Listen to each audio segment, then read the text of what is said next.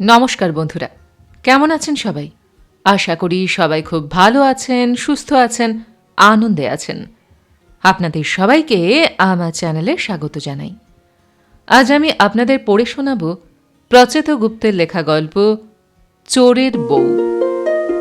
গান হচ্ছে নীল দিগন্তে ওই ফুলের আগুন লাগলো। কিছুদিন হলো বিশ্বনাথ তার মোবাইল ফোনে রবীন্দ্রসঙ্গীত নিয়েছে। এখন কেউ ফোন করলেই ভেতরে এই গান শুনতে পায়। অবশ্য পুরো গান নয়, ঘুরে ফিরে দুটো লাইন। নেওয়ার সময় ভয় ছিল, কে জানে এই গান শিখার পছন্দ হবে কিনা। পছন্দের ব্যাপারে শিখা খুবই খুঁতখুঁতে। 2 বছর হয়ে গেল তারা নতুন ফ্ল্যাটে এসেছে। শিখার এখনো সবটা পছন্দ হয়নি। দক্ষিণে নাকি আরেকটা জানলা থাকার দরকার ছিল। বারান্দাটা বড্ড ছোট। ফ্ল্যাট 3 তলার বদলে 4 তলা হলে ভালো হতো। এই রকম আরও নানা কিছু। তবে মোবাইলের গান শিখার পছন্দ হয়েছে। সে তার স্বামীকে বলেছে, আমি যখন ফোন করব তুমি কিন্তু চট করে ধরতে পারবে না। আগে আমি কিছুক্ষণ গান শুনব, তারপর কথা বলবো। আজ গান শুনেই শিখা রেগে গেল। উত্তেজিত গলায় বলল, এত দেরি করো কেন? আমি কি গান শুনতে ফোন করেছি? বিশ্বনাথ চাপা গলায় বলল, বাজে কথা বলো না। আবার কি হলো? শিখা চিবিয়ে চিবিয়ে বলল, কি আবার হবে? এখন ওই মেয়ে বলছে দুপুরে নাকি সেদ্ধ খাবে। সেদ্ধ খাবে? শিখা ঝাঁঝিয়ে উঠল। মানে কি জানো না? ন্যাকা। ফোনটা ওকে দিচ্ছি, তুমি বরং জিজ্ঞাসা করে নাও। বিশ্বনাথ চারপাশটা একবার দেখে নিল, তারপর গলা আরও নামিয়ে বলল, শিখা, কি হচ্ছে কি? এত অধৈর্য হয়ে পড়ছ কেন? শিখা ঝাঁঝিয়ে উঠল। অধৈর্য হব না? রান্নাবান্না সব হয়ে গেছে। এখন বলছে শরীরটা কেমন ঢিস ঢিস করে বৌদি, মনটা ঠিক নেই। আজ আর অন্য কিছু খাবো না। ভাতের সঙ্গে আলু, কুমড়ো আর বড় দেখে একটা উচ্ছে সেদ্ধ করে দিন। তেল লঙ্কা দিয়ে 2 গেরাস খেয়ে নেব। আর কি বলছে শুনবে? বলছে ঘরে মুসুর ডাল আছে, থাকলে ভাতের মধ্যে 1 মুঠো ফেলে দেন, না থাকলে অসুবিধা নাই, অন্য ডাল হলেও চলবে। ভাবো কাণ্ড, এমনভাবে কথা বলছে যেন সত্যি সত্যি আমার ননদ এসেছে। দুপুরে খাওয়া দাওয়ার পর আমাকে নিয়ে শপিংয়ে যাবে। উফ! বিশ্বনাথ খানিকটা নিশ্চিন্ত গলায় বলল, ভালোই তো, পরিস্থিতি সহজ হয়ে গেলে সুবিধে। তুমি ঠান্ডা মাথায় কথা বলতে পারবে। সুবিধে? এর মধ্যে সুবিধের কি দেখলে? এই ভদ্দুপুরে উচ্ছে চাইছে, সেটা সুবিধের হলো? বিশ্বনাথ বলল, উফ, সামান্য উচ্ছে নিয়ে তুমি ভাবছ শিখা? ঘটনা যা তাতে এই মহিলা 1 লাখ টাকা দিয়ে শুরু করলেও আশ্চর্য হবার কিছু নেই। শিখা অবাক হয়ে বলল, 1 লাখ টাকা? বলো কি? আমরা কিছু করলাম না? একটা মানুষ মারলে 1 লাখ টাকা আর কি, বেশ কমই। দিনকাল বদলে গেছে শিখা। আমি এমনি এমনি মেয়েটাকে ভুজুং ভাজুং দিয়ে হাসপাতাল থেকে সরিয়ে বাড়িতে নিয়ে আসিনি। ওসব এখন ছাড়ো। তুমি রান্নার মাসিকে চট করে বাজার থেকে একটু ঘুরে আসতে বলো না। একটা সামান্য উচ্ছে পাবে না? ঠিক পাবে। উচ্ছে টুচ্ছে অনেক বেলা পর্যন্ত পাওয়া যায়। কি ব্যাপার বলো তো? তুমি কি চাও আমি গৌরীকে তাড়িয়ে দিই? এই দুপুরে বাজারে গিয়ে উচ্ছে আনতে বলা যা, মাইনে হাতে ধরিয়ে চলে যেতে বলাও তাই। আমি পারবো না। বলার হলে তুমি বলো। টেলিফোনটা দেব? বিশ্বনাথ সোজা হয়ে বসল, আর চোখে বাঁদিকে তাকালো। বাঁদিকের টেবিলটা অদিতি পালের। এই ধেরে বয়সেও মহিলার একটা বিচ্ছিরি অভ্যাস আছে। আশেপাশে কেউ ফোন করলেই হলো, কথা শুনবে। হাঁড়ি পেতে শোনা নয়, একেবারে হাঁ করে শোনা। একদিন তো অ্যাকাউন্টসের মনোময় রেগে মেগে রিসিভার কান থেকে নামিয়ে বলল, অদিতিদি কিছু বলবেন? মহিলা হেসে বলল, না ভাই, কিছু বলবো না। তুমি কার সঙ্গে কথা বলছো তাই শুনছি। এরপর আর কি বলা যায়? অদিতিপাল আজ অবশ্য কথা শুনছেন। শুনলে অন্তত এদিকে তাকিয়ে নেই, মাথা নামিয়ে ফাইল দেখছে। বিশ্বনাথ ঝুঁকি নিল না। সে যেমন গলা নামিয়ে কথা বলছিল সেভাবেই বলতে লাগলো, শিখা, যা হোক একটা কিছু করে ম্যানেজ করো। উচ্ছে পটল যা চাইছে দিয়ে দাও। খাইয়ে টাইয়ে কথা বলার চেষ্টা করো। Try to talk with her. যে ঝামেলাটা হয়ে গেছে সেখান থেকে টাকা পয়সা ছাড়া বেরোনোর কোনো পথ নেই। আমি যাদের সঙ্গে কথা বলেছি প্রত্যেকে একই কথা বলেছে। বলেছে, ঝামেলা বাড়াবেন না, মুখ বন্ধ করে দিন। অ্যামাউন্টটা কত সেটাই এখন কথা। তোমার উপর সেইটুকুই এখন দায়িত্ব। 5 কান হওয়ার আগেই, একটু আগে হাসপাতালে ফোন করেছিলাম, ওয়ার্ডের সিস্টার নেই, ঠিকমতো বলতে পারল না। তবে বলল লোকটা এখনও ঘুমোচ্ছে। ওর ব্যথার জন্য কড়া কোনো ইঞ্জেকশন দিয়েছে। বিকেলে ডাক্তার রাউন্ডে আসবে, এক্স রে হবে। কটা হাড় আস্ত আছে তখন বোঝা যাবে। আমি চাইছি তার আগেই লোকটার ফ্যামিলির সঙ্গে একটা সেটেলমেন্টে চলে আসতে। হিস হিস করে একটা দাঁত ঘষা ধরনের শব্দ করল শিখা, রাগের শব্দ। বলল, আমি কি করব? ওই মহিলার সঙ্গে তুমি কথা বলবে, সেই জন্যই বাড়িতে দিয়ে এসেছি। আমি যে কথা বলতে পারতাম না তা নয়, মহিলা বলেই তোমার হাতে ছেড়েছি। বাবা বাছা বলে বার্গেনটা ভালোই পারবে। এই মেয়ে যদি বাইরে থাকতো সমস্যা হতো শিখা। গুন্ডা মাস্তানরা সব এদের চেনা জানা। তারা চাপ বাড়ানোর জন্য 5 রকম পথ শিখিয়ে দিত। সেই জন্যই মেয়েটাকে চোখের আড়াল করতে বারণ করছি। শিখা সামান্য গলা তুলে বলল, এর মধ্যে দরাদরের কি আছে? আমাদের কি দোষ? তুমি এমনভাবে বলছো যেন আমরা মাথায় রডের বাড়ি মেরে লোকটাকে আমাদের 3 তলার বারান্দা থেকে ফেলে দিয়েছি। বিশ্বনাথ টেলিফোন কানে নিয়ে চেয়ার ছেড়ে উঠে পড়ল। না, এখান থেকে কথা বলা যাবে না। এবার 1 2 করে তাকাতে শুরু করেছে। ঘর থেকে বেরিয়ে সে বারান্দায় এলো। শিখা এখনো বিষয়টার গুরুত্ব বুঝতে পারছে না। বেশিক্ষণ অপেক্ষা করা যাবে না। লোকটা সত্যি সত্যি যদি বড় কিছু হয়ে যায় তাহলে থানা পুলিশ অনেক দূর পর্যন্ত গড়াবে। কিভাবে মরল, কে মারল, কেন মারল, হাজার কথা। সেসব সামলানোর মানে জলের মতো খরচ। লোকটার ফ্যামিলি তো টাকা নেবেই, পুলিশও টাকা নেবে। তার উপর আজকাল নানা ঝামেলা হয়েছে। মহিলা সমিতি, হিউম্যান রাইটস, পাড়ার ক্লাব, লোকাল কমিটি তো আছেই। দোষগুণের বিচার হবে না। ঘটনা যত জানাজানি হবে বিপদ তত বাড়বে। সকালে কোনো রকমে মিথ্যে বলে হাসপাতালে ভর্তি করা গেছে। এখন এই মহিলাকে টাকা পয়সা দিয়ে রাজি করাতে হবে। ও হাসপাতালে জানাবে যা ঘটেছে লোকটা নিজের বাড়িতেই ঘটেছে। লম্বা বারান্দার এক কোণে দাঁড়িয়ে বিশ্বনাথ বলল, শিখা, তোমাকে আমি আবার বুঝিয়ে বলছি, দয়া করে তুমি মন দিয়ে শোনো। শিখা চাপা গলায় ধমকে উঠল, আমার কিছুই মন দিয়ে শোনার দরকার নেই। আসল ঘটনাটা কি? ঘটনাটা কিছুই নয়। ভোর রাতে একটা চোর কার্নিস বেয়ে আমাদের 3 তলার ফ্ল্যাটে উঠে আসছিল। আওয়াজ পেয়ে তুমি দরজা খুলে বারান্দায় বেরিয়ে গেলে। বেরিয়ে দেখলে লোকটা রেলিং টপকে বারান্দায় উঠি উঠি করছে। তোমাকে দেখে ভয় পেয়ে চোরটা পিছনে লাফ দিল। ব্যাস, এই তো ঘটনা। তারপর চোরটা নিচে চাতালে পড়ে পা ভাঙল না পাঁজর ভাঙল তাতে তোমার কি? কিছুই নয়। মরুক, মরে জাহান্নামে যাক। আসলে তোমার অত দরদ দেখানোটাই বিরাট বোকামি হয়েছে। লাফিয়ে ঝাঁপিয়ে হাসপাতালে নিয়ে গেলে, নিয়ে গিয়ে এখন ফেঁসে গেছো। পুলিশকে একটা ফোন করতে, তারা আসতো, এসে যা ভালো বুঝতো করতো। তুমি ওই পরিমল আর কল্যাণটার কথা শুনে নাচলে, এখন ঠেলা সামলাও। না, শিখা বুঝতে চাইছে না।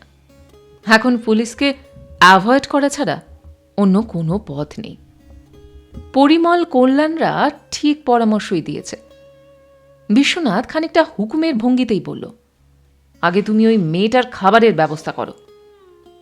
দুঃখিত, একটা চোরের বউয়ের জন্য আমি এখন গাছ থেকে উচ্ছে পাড়তে যেতে পারবো না। ইচ্ছে হলে তুমি পেরে দিয়ে যাও।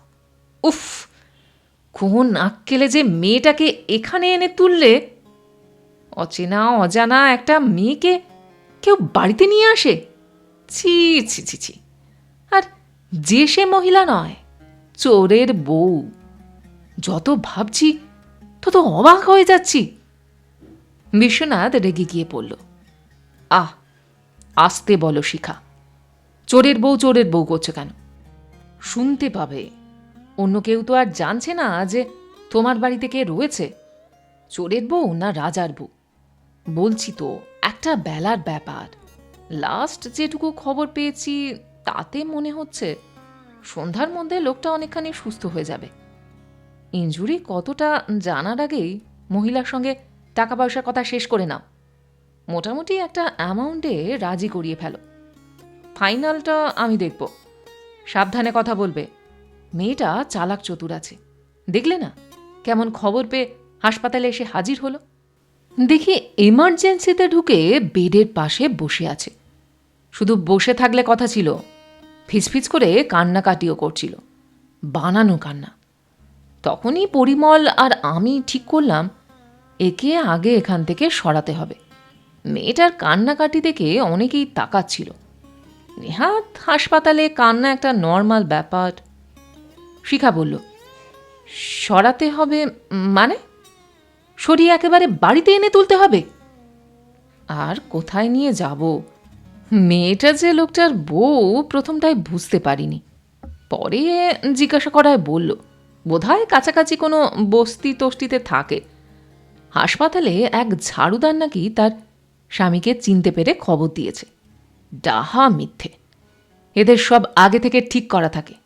গোটা বস্তি যে বাড়িতে উঠে আসেনি তাই যথেষ্ট।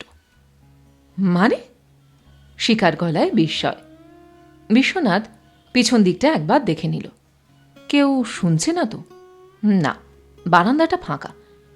এই সময়টা সবাই নিজের টেবিলে থাকে। স্ত্রীর প্রশ্নের উত্তর বিশ্বনাথ নিজেও ঠিক জানে না। কল্যাণ বলছিল ও নাকি কোথায় শুনেছে এই ধরনের ঘটনায় দলবল আশেপাশে লুকিয়ে থাকে। ক্রিমিনালের গা থেকে একটু রক্ত বেরোলেই ব্যাস, একেবারে রে রে করে উঠবে। গণপিটুনি, মানবাধিকার এইসব বলে তুলকালাম কাণ্ড করবে। কে আর পুলিশ টুলিশের হাঙ্গামার মধ্যে যেতে চায়? শিখা ফোঁস করে উঠল, চুপ করে আছো কেন? যাই হোক, একটা কথা বলে রাখছি, আমি কিন্তু কিছু পারবো না। একটা চোরের বউকে কোলে বসিয়ে গায়ে হাত বুলিয়ে কথা বলতে পারবো না। একে যত তাড়াতাড়ি পারো বাড়ি থেকে তাড়ানোর ব্যবস্থা করো। শিখা ফোন ছেড়ে দেবার পর বিশ্বনাথ নিজের টেবিলে এসে বসল। ব্যাগে রাখা জলের বোতলটা বের করে 2 ঢোক জল খেল। শিখা যেরকম বলছে ঘটনাটা পুরোটা তা নয়। চোরটা 3 তলায় উঠে এসেছিল ঠিকই, তবে হঠাৎ করে লাফ দেয়নি।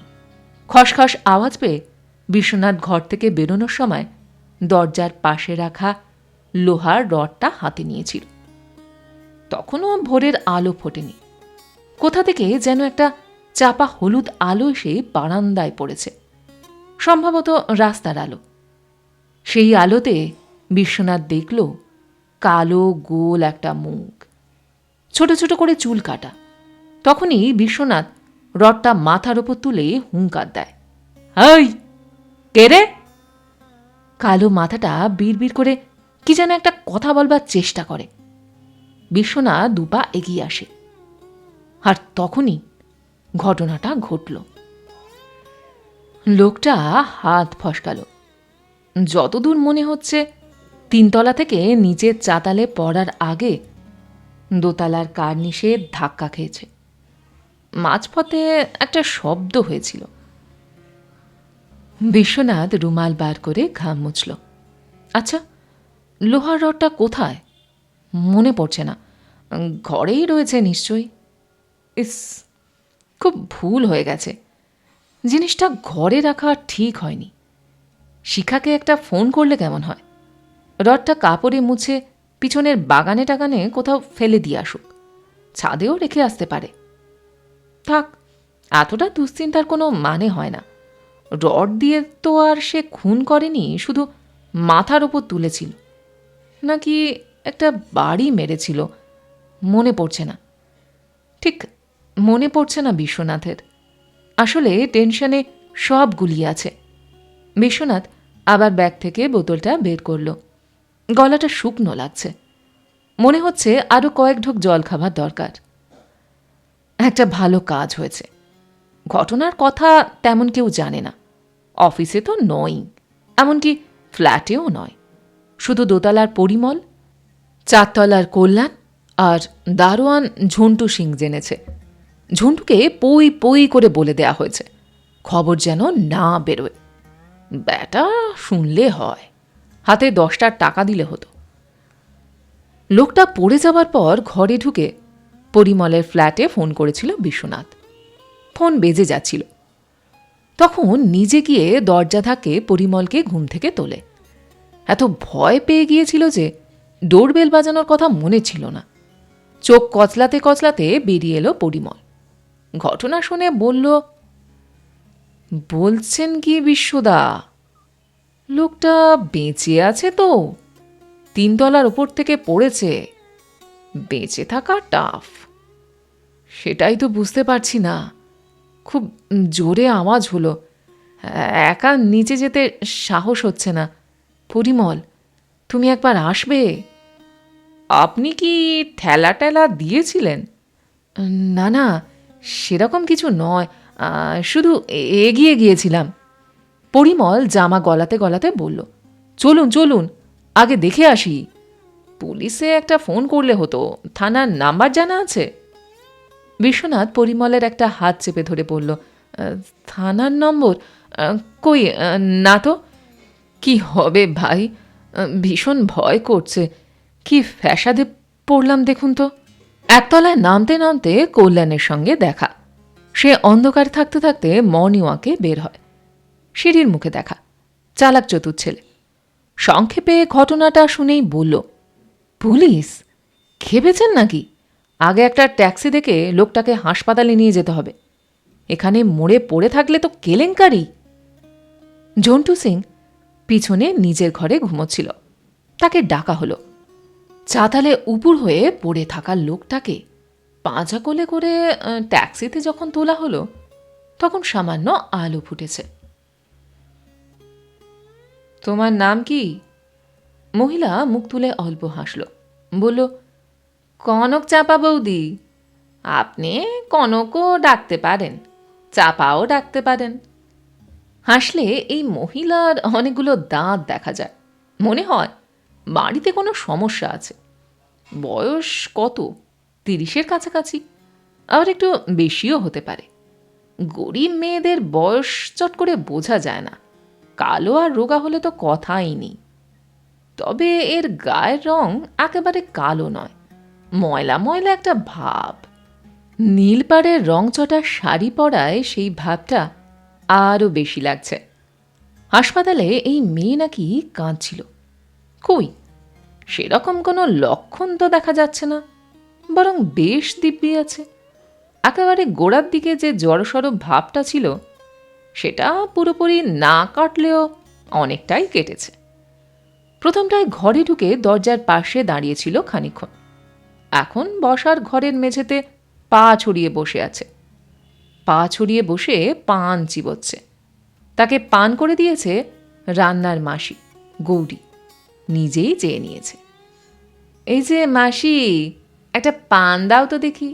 জর্দা দিও না, জর্দা খেলে বিল্টুর বাবায় আবার রাগ করে, বলে নেশা ভাঙ হলো পুরুষদের জিনিস। মেয়ে মানুষের নেশা ভাঙ করা ভালো না। গৌরী ভুরু কুচকে তাকায়। রান্নাঘরে এসে শিখাকে ফিসফিস করে জিজ্ঞাসা করে, মেয়ে ছেলেটা কে গো? বসে বসে হুকুম মারে, পাগল টাগল না কি? চাউনি তো ভালো না। শিখা একটু চুপ করে থেকে বিশ্বনাথ যেমন শিখিয়ে দিয়ে গেছে সেই রকমই বলল, ও তোমার দাদাবাবুর অফিসের চেনা জানা, পিওন না কেয়ারটেকারের বউ। বেচারির স্বামী অসুস্থ হয়ে হাসপাতালে ভর্তি হয়েছে, দেশ থেকে দেখতে এসেছে, বিকালেই চলে যাবে। বেশি কথা টথা বলার দরকার নেই, একটা পান থাকলে দিয়ে দাও। গৌরী মুখ বেঁকিয়ে বলে, বয়ে গেছে আমার বেশি কথা বলতে। দাদাবাবুরও বলিহারি, কাকে না কাকে বাড়িতে এনে তোলে। তারপর গলা নামিয়ে বলে, সময় ভালো নয় বৌদি, কে চোর আর কে ছ্যাঁচোর বোঝা মুশকিল। এই মেয়ের মধ্যে একটা ছ্যাঁচড়া ভাব আছে, পাগল আর ছ্যাঁচড়া। চোখে চোখে রেখো বৌদি, দুপুরে আবার ঘুমিয়ে পড়ো না যেন, উঠে দেখবে সব সাফা। আহ গৌরী, এত কথা বলো কেন? তোমার কাজ হলে যাও এখন। খানিক আগে উচ্ছে সেদ্ধ ছাড়াই লাঞ্চ সেরেছে কনক চাপা। তার তরিবধ করে খাওয়া দেখে শিখা বেশ অবাকই হয়েছে। অল্প করে দেন বলে শুরু করলেও ভাত নিয়েছে দুবার। কে বলবে এই মেয়ে স্বামী হাসপাতালে হাত পা ভেঙে পড়ে আছে? কে জানে, হয়তো এরা এরকমই হয়, অভ্যস্ত। ভাতের মধ্যে ডাল আর কুমড়ো সেদ্ধ মাখতে মাখতে বলল, বৌদি একটা মাছ ভাজা হবে নাকি? হলে দেন দেখি, পেটির দিক দেখে দেবেন। গাদার মাছ খেয়ে আর গলার কাঁটা ফুটাতে চাই না। এখন হলো গিয়ে আমার সংসারে বিপদের টাইম, এই টাইমে সাবধানে থাকাটাই হলো আসল কাজ, ঠিক কি না? শিখা গম্ভীর হয়ে বলল, ঠিক। তাহলে দেন একটা, ভাজা না হলে ঝোল থেকেই তুলে দেন। আপনার রান্নার লোকের হাত কীরকম বৌদি? চিনির হাত না ঝালের হাত? চিনির হাত হলে তেমন ক্ষতি নাই, ঝালের হাত হলে ক্ষতি। বিল্টুর বাবা বলে ঝাল বেশি খেলে পেটে ঘা হয়। শিখার মনে হলো এবার একটা ধমক দেওয়ার সময় এসেছে। বড্ড বকছে, শুধু বকছে না, গৌরী মনে হচ্ছে ঠিকই বলে গেল। মেয়েটার ভাবভঙ্গি স্বাভাবিক নয়, একটু পাগলাটে, নাকি ভান করছে, দুটোই মারাত্মক। ধমক দিতে গিয়েও শিখা থমকে গেল। না থাক, কি থেকে কি হয়ে যাবে কে জানে, হয়তো ধমক খেয়ে আবার কান্নাকাটি শুরু করে দিল। বিশ্বনাথ যেরকম ভয় ধরিয়ে দিয়েছে। ফোন বাজছে। শিখা শোয়ার ঘরে গেল ফোন ধরতে। মাধবী। মাধবী ঘটনাটা সবই জানে। কিছুক্ষণ অন্তর অন্তর সে উদ্বিগ্ন হয়ে তার দিদিকে ফোন করছে। কি হলো দিদি, বউটা কি করছে? শিখা ফিসফিস করে বলল, কি আবার করছে, খুব ঝামেলা শুরু করেছে। মাধবী ভয় পেয়ে বলল, বলিস কি, চোরটা মারা গেল নাকি? চোর মারা গেছে কিনা জানি না, তবে আমি মারা গেছি। চোরের বউকে এখন আমি মাছের কাঁটা বেচে খাওয়াচ্ছি। কাঁটা বেচে মাছ খাওয়াচ্ছিস মানে? কি বলছিস? কিছুই তো বুঝতে পারছি না। শিখা ফোঁস করে একটা নিঃশ্বাস ফেলে বলল, তুই বুঝবি কি করে? আমি নিজেও কিছু বুঝতে পারছি না। বৌদি বৌদি বলে ওই মেয়ে যা অর্ডার করা শুরু করেছে, তাতে মনে হয় একটু পরে আমাকে হাত পাকা দিয়ে বাতাস করতে বলবে। মাথায় গোলমাল আছে মনে হচ্ছে। তোর জামাইবাবু ভয় পেয়ে আমার ঘাড়ে একটা পাগল গছিয়ে দিয়ে গেছে। তোকে বৌদি বৌদি করছে, সাংঘাতিক তো, নিশ্চয়ই কোনো মতলব আছে। আমার তো ভীষণ ভয় করছে রে দিদি। আমার ভয় করছে না, রাগ হচ্ছে। ঠিক করেছি ওর খাওয়া পর্যন্ত অপেক্ষা করব, তারপর ঘাট ধরে বিদায় দেব। খবরদার দিদি, ও কাজ করিস না। বুবনের বাবা অফিসে যাওয়ার আগে বলে গেছে, তোমার জামাইবাবু খুব বুদ্ধিমানের মতো কাজ করেছে, মহিলাকে হাসপাতাল থেকে সরিয়ে না আনলে বিপদ আরও বাড়ত। এরা বিরাট গোলমাল পাকাতে জানে। দলবল ডেকে হয়তো থানা টানাও ঘেরাও করে বসত। বলতো লোকটাকে ধাক্কা মেরে ফেলে দিয়েছে, এবার ক্ষতিপূরণ চাই। শিখা অবাক হয়ে পড়ল। থানা ঘেরাও? চোরেরা থানা ঘেরাও করবে কি রে? কি যা তা বলছিস মাধবী, তোর মাথাটাও গেছে মনে হচ্ছে। মাধবী রাগ রাগ গলায় বলল, আমাকে বলছিস কেন? সেসব বুবুনের বাবা জানে। সে যা বলেছে আমি সেটাই তোকে বললাম। জামাইবাবু তোকে যেমন বলেছে তুই সেভাবেই কর। টাকা পয়সা কথাটা বল, দুম করে বলবি না, আস্তে আস্তে বলবি। গল্প করতে করতে শিখা উঠে দাঁড়ালো, উত্তেজিত গলায় বলল, আমাকে এখন একটা চোরের বউয়ের সঙ্গে বসে গল্প করতে বলছিস? কি গল্প করব? ওর শাশুড়ি কেমন, ননদ কেমন? আমার এবার কান্না পাচ্ছে মাধবী। সকাল থেকে কি কাণ্ড চলছে, আমার মনে হচ্ছে বাড়ি ছেড়ে পালাই। মাধবী ঘাবড়ে গিয়ে বলল, দিদি মাথা ঠান্ডা রাখ প্লিজ। জামাইবাবু আসার আগে তুই কিছু করে বসিস না। বৌদি বলুক, মাসি বলুক, পিসি বলুক, একদম রাগারাগি করিস না, ভালো ব্যবহার কর। আমি যাব? শিখা ধমকে বলল, খবরদার কেউ আসবি না। তোরা ভেবেছিসটা কি মজা হচ্ছে? বাবাও ফোন করে বলেছিল আসবো, বারণ করে দিয়েছি। কি দেখতে আসবে? চোরের বউ দেখতে আসবে? তাছাড়া আর কত ভালো ব্যবহার করব? ঘরে বসতে দিয়েছি, খেতে দিয়েছি, গাদার বদলে পেটির মাছ দিয়েছি, এবার কি টিভি চালিয়ে দেব? শিখা ফোন শেষ করে বসার ঘরে এসে দেখল তাকে টিভি চালাতে হবে না, কনক চাপা নিজেই টিভি চালিয়ে নিয়েছে। মাটিতে বসে সোফায় হেলান দিয়ে টিভি দেখছে, মুখে মিটিমিটি হাসি। শিখাকে দেখে পা গুটিয়ে বলল, আসেন বৌদি, আসেন, বসেন, একটা মজার বই হচ্ছে। শিখা একটু দূরে সোফার উপরে বসল। রাগ হলে তার মাথার মাঝখানটা কেমন জ্বালা জ্বালা করে। জ্বালাটা শুরু হয়েছে। না, এরকম হলে চলবে না, ঠান্ডা মাথায় থাকতে হবে। ঘাড়ে এসে যখন পড়েছে। শিখা চমকে উঠে দেখল কনক চাপা হাসছে। আশ্চর্য তো, সে নিশ্চিন্তে বসে সিনেমা দেখছে। মেয়েটা সত্যি সত্যি চোরের বউ তো। এইসব ক্রিমিনালদের আবার অনেকগুলো মেয়ে মানুষ থাকে, বউ সেজে ঘুরে বেড়ায়। মকা বুঝে এসে হাজির হয়েছে। টাকা পয়সা দিয়ে দেওয়াই ভালো, যত দেরি হবে সমস্যা বাড়বে। এই মেয়ে এখন টিভি চালিয়ে হাসছে, এরপর হয়তো বিছানায় নাক ডেকে ঘুমোবে। ২-৪শোতে যদি আপদ ঘাড় থেকে নেমে যায় যাবে। খেসরাতের কপাল ছিল, ২-৪শোতে হবে। শিখা গলা খাকারি দিয়ে বলল, তোমার বাড়ি কোথায় কনক চাপা? টিভির থেকে মুখ না ঘুরিয়ে মহিলা বলল, কিছু বললেন বৌদি? একটু দাঁড়ান, এই সিনটা শেষ হোক। দেখেন দেখেন লোকটা কেমন লাফায়, দেখেন, একেবারে হনুমান। শিখা চুপ করে রইল। মেয়েটা মনে হচ্ছে পাগলই। যত সময় যাচ্ছে স্পষ্ট হচ্ছে। সিন শেষ হতে কনক চাপা ঘুরে বসল, বলল, হ্যাঁ বলেন বৌদি। শিখা একটু হাসার চেষ্টা করল। ম্যানেজ করতে হলে দরকার হাসি মুখ। তবে মনে হচ্ছে হাসিটা ঠিক হলো না। থতমত অবস্থায় বলল, না তেমন কিছু নয়, বলছিলাম তোমার বাড়ি কোথায়? কি যে বলেন বৌদি, আমাদের আবার বাড়ি লাইনের ওপাশে থাকি। রোজই তো বলে তুলে দেব তুলে দেব। অবস্থা এমন হয়েছে যে তুলে দেব না শুনলে এখন আর রাতে ঘুম হয় না। আপনাদের যদি অভ্যাস হয়ে যায় তাহলে একই কাণ্ড হবে।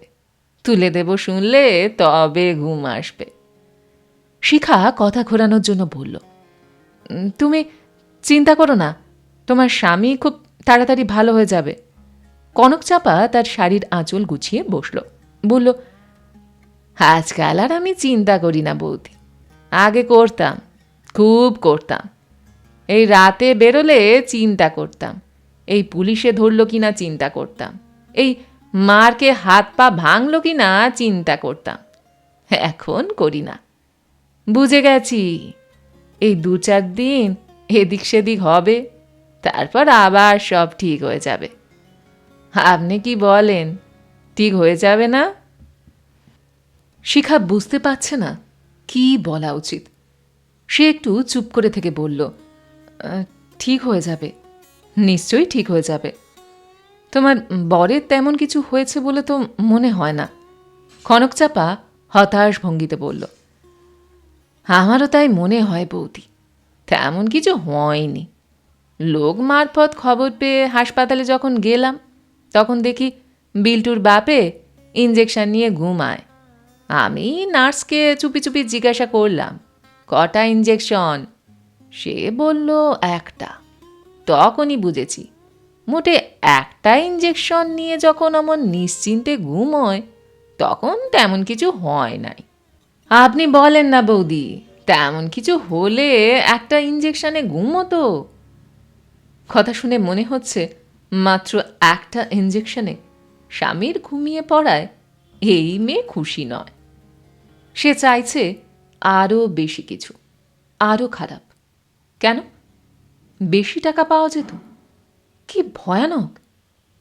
শিখার অস্বস্তিটা বাড়ছে। এ কি বিচ্ছিরি ফ্যাসাদ রে বাবা! এরকম কখনো ঘটে? বিশ্বনাথ যাই বলুক, কখনো ঘটে না। মনে জোর আনার চেষ্টা করল শিখা। গলা নামিয়ে বলল, চিকিৎসার খরচপাতি নিয়ে তুমি ভেবো না কনকচাপা। ঘটনাটা যখন আমাদের বাড়িতেই হয়েছে, তোমার কি মনে হয় কেমন টাকা পয়সা লাগতে পারে? তুমি তো হাসপাতালে গিয়েছিলে। মহিলা নড়ে চড়ে বসল। শিখা আর চোখে তাকিয়ে বলল, ওষুধ বিশুদ্ধের তো একটা খরচ আছে, আছে না? কনকচাপা মুখ নামিয়ে শাড়ির আঁচলটা আঙুলে পাকাতে পাকাতে বলল, তা আছে, খরচাপাতি তো একটা আছেই। শিখা একটু থামল। আচ্ছা, এই মেয়ের কাছে কোনো অস্ত্র নেই তো? চোরের বউরা কি ছুরি টুরি নিয়ে ঘোরে? ঘোরাটাই স্বাভাবিক। এই ফাঁকা ফ্ল্যাট পেয়ে তাকে যদি এখন আক্রমণ করে।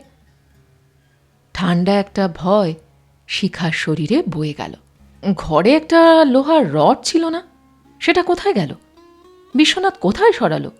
ইস, গৌরীকে আজ দুপুরে ছেড়ে দেওয়াটা ঠিক হয়নি। কিন্তু রাখলেও তো সমস্যা, ঘটনা জানাজানি হয়ে যেত। শিখা শক্তমনিটি মেয়ে, কিন্তু কি যেন হচ্ছে, ভয়। না, এখন ভয় পেলে চলবে না। এই মেয়ে যদি বোঝে সে ভয় পেয়ে গেছে, তাহলে আরও বড় কোনো বিপদ ঘটে যেতে পারে। কে জানে, হয়তো ঝাঁপিয়ে পড়ল। ঝাঁপিয়ে পড়লে কি করবে? চিৎকার করবে? শিখা কাঁপা গলায় বলল, তোমার দাদাবাবু আমাকে বলেছে যা হবার হয়ে গেছে, 200-300 টাকা যা খরচ লাগে। শিখা চুপ করল। টাকার পরিমাণটা কি কম হয়ে যাচ্ছে? হোক, কম থেকে শুরু করাই তো ভালো। চা খাবে কনক? খাও না 1 কাপ। চা করি, তুমি খেলে আমিও 1 কাপ খেতে পারি। আসলে শিখা এ ঘর থেকে খানিক্ষণের জন্য সরে যেতে চায়। বিশ্বনাথকে এখনই একটা ফোন করতে হবে। তাকে 2টো কথা জিজ্ঞাসা করা দরকার। 1, কত টাকার কথা বলবে, আর 2, লোহার রডটা কোথায়? বাড়িতে আদা আছে বৌদি। কনকচাপা 2 হাত তুলে আলমোড়া ভাঙল। এতক্ষণ খেয়াল হয়নি। হাত তোলার পর এবার শিখা বুঝতে পারল মেয়েটার শরীরের গড়নটা খারাপ নয়। রোগা হলেও কোমরে বুকে মাংস আছে। হাতে জোর কেমন? কাঁপা গলায় শিখা জিজ্ঞাসা করল, কেন, তুমি কি আদা চা খাবে? না, আদা চা খাবো না। আদার সঙ্গে 2টা তেজপাতা জলে ফেলে দেন, আদা তেজপাতার চা খাবো। বিল্টুর বাবায় বলে গা ম্যাচ ম্যাচ হলে আদা তেজপাতার চা হলো গিয়ে দারুণ উপকারী। সেরকম খাটাখাটনি হলে আমি সকালে বিল্টুর বাবারে আদা তেজপাতার চা করে দিই। আচ্ছা, দেখছি। শিখা রান্নাঘরের দিকে এগোতে গিয়ে থমকে দাঁড়ালো, মুখ ফিরিয়ে বলল, আমি চা বানিয়ে আনছি।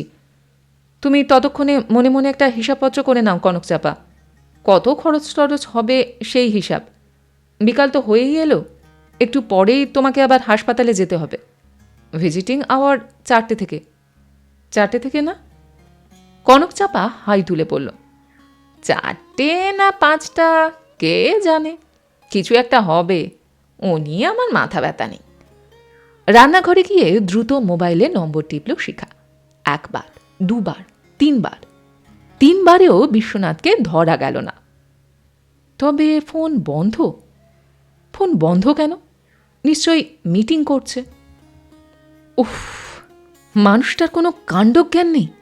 আজকের দিনে মিটিং কিসের? ওর উচিত এক্ষুনি বাড়ি চলে আসা।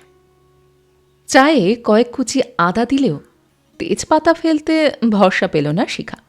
কনক চাপা হাতল ভাঙা কাপে লম্বা চুমুক দিয়ে বলল, বৌদি, বড় লজ্জা লাগে। শিখাও চা নিয়েছে, তবে তার খেতে ইচ্ছে করছে না, নিতে হয় তাই নিয়েছে। সে অবাক হয়ে বলল, লজ্জা লাগে? লজ্জা লাগবে কেন? বাহ, লজ্জা লাগবে না? এত যত্ন আত্মীতে লজ্জা লাগবে না? শিখা যেন খানিকটা নিজের অজান্তেই বলে ফেলল, না না, তা কেন? মেয়েটা হাসল, বলল, বৌদি, আমরা আরাম করে বসে ভাত মাছ চা খাওয়ার মানুষ নই। আমরা হলাম গিয়ে লাথি ঝাঁটা খাওয়া মানুষ। মিথ্যে লাঠি ঝাঁটা নয় বৌদি, সত্যিকারের লাঠি ঝাঁটা। শিখা মনে মনে সতর্ক হলো, মেয়েটা হয় পাগল, নয় সিম্পাতি আদায়ের চেষ্টা করছে। টাকা বেশি পাওয়ার মতলব। সাবধান, এখন পাগলের মতো হাসছে, এরপর নিশ্চয়ই কাঁদবে, কেঁদে পা জড়িয়ে ধরবে। পাগলরা হাসির পরই কাঁদে। শিখা কিছুটা সরে বসল, কথা ঘোরানোর জন্য বলল, চা কেমন হয়েছে কনক চাপা? কনক চাপা কাপে লম্বা চুমুক দিয়ে বলল, চা সুন্দর হয়েছে।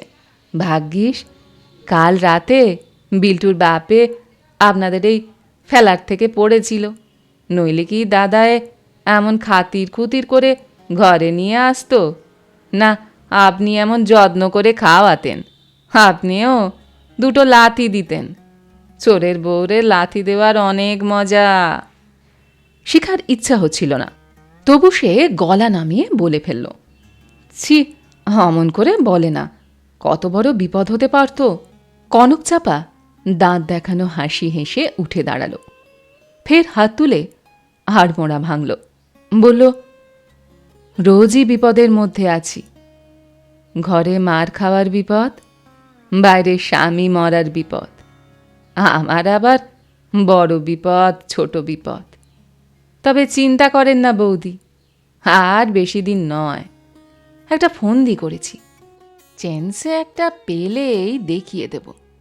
না, আর কোনো সন্দেহ নেই, এই মেয়ে পাগলই।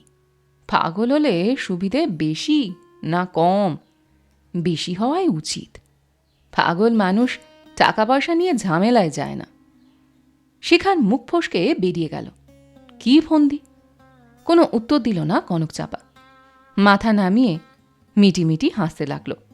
সময় নিয়ে শাড়ির কুঁচি ঠিক করল, তারপর মুখ তুলে চোখ নাচিয়ে বলল, সে একটা জিনিস আছে, আগে বলা যাবে না, ছাড়েন ওসব কথা। বৌদি, যাওয়ার আগে একটা শাড়ি দেবেন তো? পুরনো হলে ক্ষতি নাই, তবে জমিটা যেন ভালো হয়। ভদ্রলোকের বাড়ি যাবার মতো কোনো শাড়ি নেই ঘরে। ইস, দেখেন না আপনার এখানে কি পরে এইছি। আপনি খরচাপাতির কথা কি যেন বলছিলেন?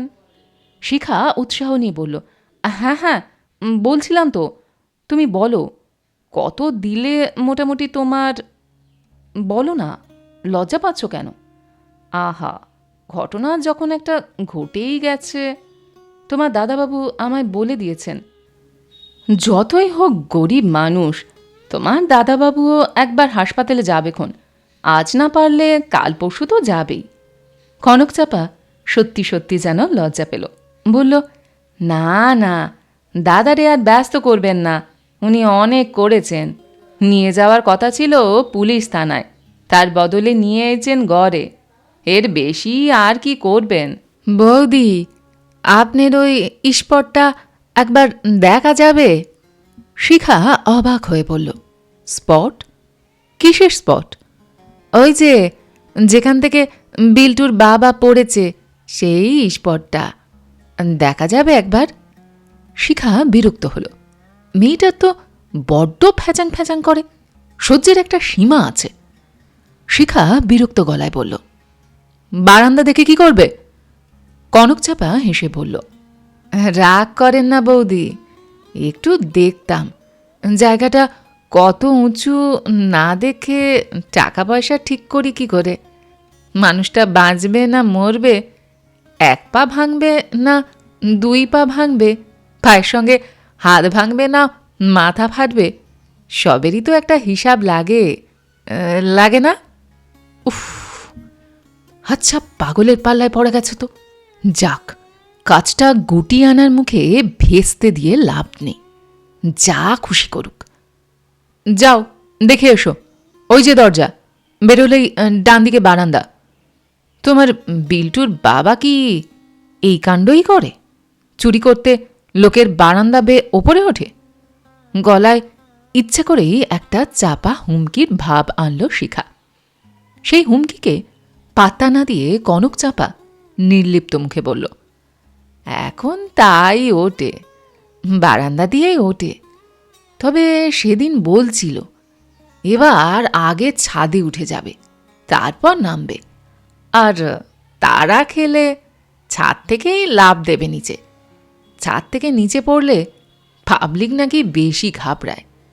আমার কি মনে হয় জানেন বৌদি, বেশি দিন এই টেকনিক বিল্টুর বাবায়ে চালাতে পারবে না, দু একবার পরই ফটাস করে মরে যাবে। আপনি বলেন কি? কনকচাপা বারান্দার দিকে চলে যাবার পর স্থির হয়ে দাঁড়িয়ে রইল শিখা। যা ঘটছে, যা শুনছে, তা কি সত্যি? নিশ্চয়ই সত্যি নয়, এমন কখনো হতে পারে না। শিখার চমক ভাঙল মোবাইলের আওয়াজে। কি হলো, ধরছ না কেন? বিশ্বনাথের গলায় বিরক্তি। এই তো ধরলাম, তুমি ফোন বন্ধ করে রেখেছিলে।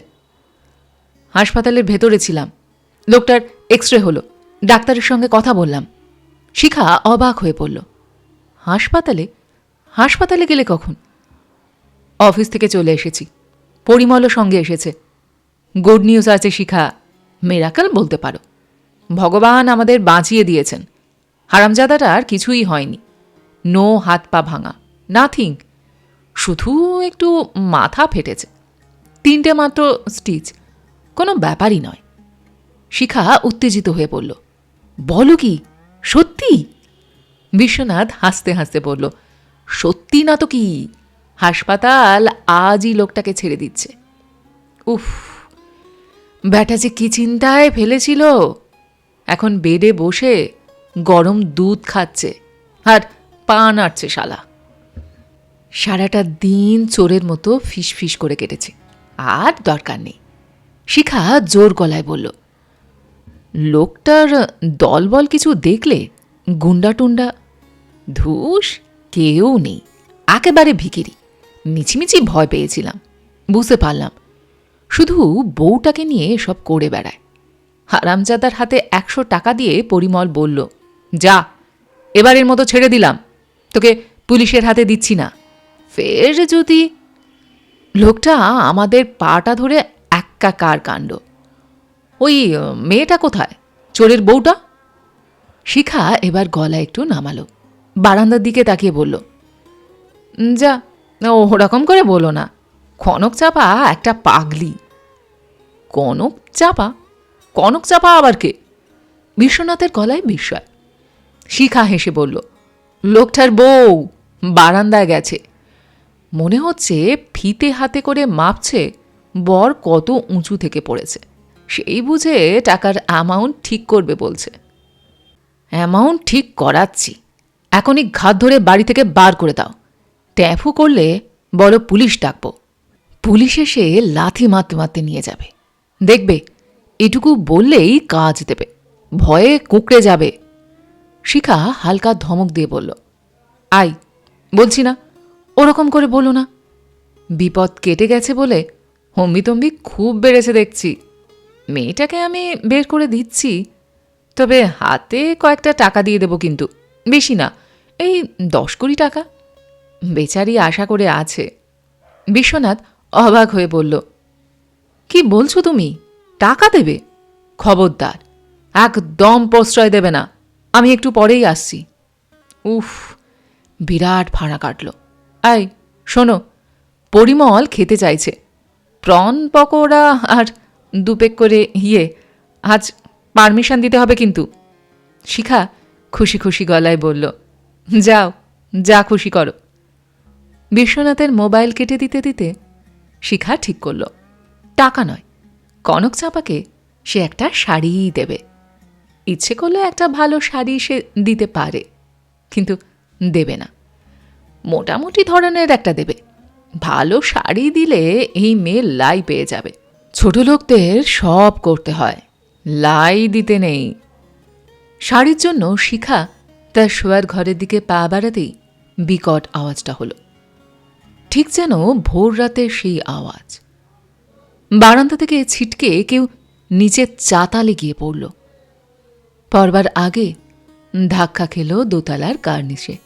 অন্যদিন এই বিকাল হব হব সময়টার ফ্ল্যাটের সামনে 2-1টা ট্যাক্সি দাঁড়িয়ে থাকে, আজ নেই। ঝন্টু সিংয়ের ডেকে দেওয়া রিকশাতেই হাসপাতালে যাচ্ছে শিখা। তার কাঁধে কনক চাপার মাথা, সেই মাথার মাঝখান থেকে চুইয়ে আসা রক্তে শিখার জামা ভিজে যাচ্ছে। রিকশায় ওঠা পর্যন্ত মেয়েটার জ্ঞান ছিল, এখন আচ্ছন্ন হয়ে পড়েছে।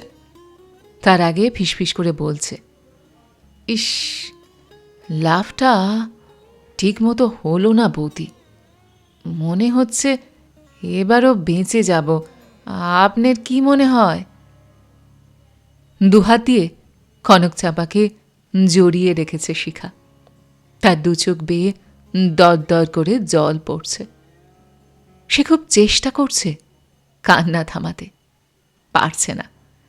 রিকশাওয়ালাকে বিড়বিড় করে বলল, তাড়াতাড়ি চলো, আর একটু তাড়াতাড়ি চলো ভাই।